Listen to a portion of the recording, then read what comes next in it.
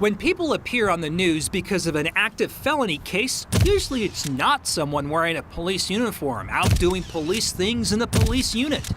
What happens, though, when a town hires a police officer out on bond? As a Log Lane cop, she has a badge and a gun. She also has a mugshot and 5 felony charges for theft.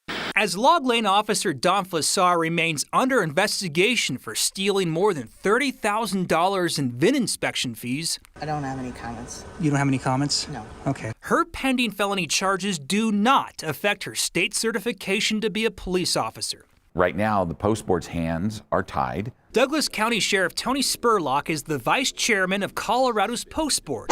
It's the agency that approves every cop in Colorado with Peace Officer Standards training certificates. Officers need active post certificates to show they're in good standing with training and a clean background.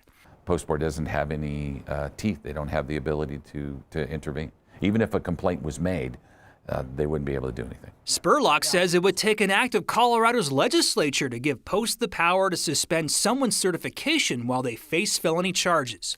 Post board should have the ability to at least suspend that person so that person is not acting as a peace officer in the state of Colorado, with potentially jeopardizing other criminal justice systems in place. If I was a small town, I think I would wait until that case is over before hiring someone. Stacey Hervey is a professor of criminal justice at Metro State University and a former police officer.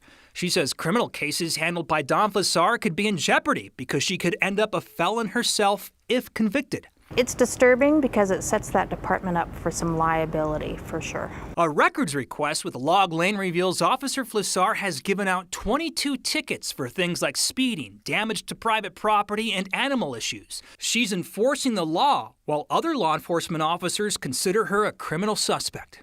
But that might be something that Post does want to look at, what happens during that interim period. Log Lane's mayor and other town officials have refused to return our phone calls and emails for comment about this issue. We've also reached out to local lawmakers who've worked on police accountability bills in the past. Still no word from them on this matter either. To be clear here, Flassar is innocent until proven guilty. Her felony trial is set for this coming February. So if the post board really can't do anything yet, and changing the post board is going to take a while, what is there maybe another avenue to travel on this? Is there someone else who might want to oversee this instead of the law looking after the law? It's really up to the municipality. It's up to the town. So for example, in Denver, if you're facing pending felony charges as a police officer, you're immediately suspended without pay in the city of Denver. Log Lane, they have their own policy. They're fine with her working the streets with an active felony case. And this is an actual policy. There is a Log Lane. I don't think there's an actual written policy, but it's clear that they're allowing her to be an officer with an active felony. If there's no policy, there's no problem. If there's no policy, there's no problem.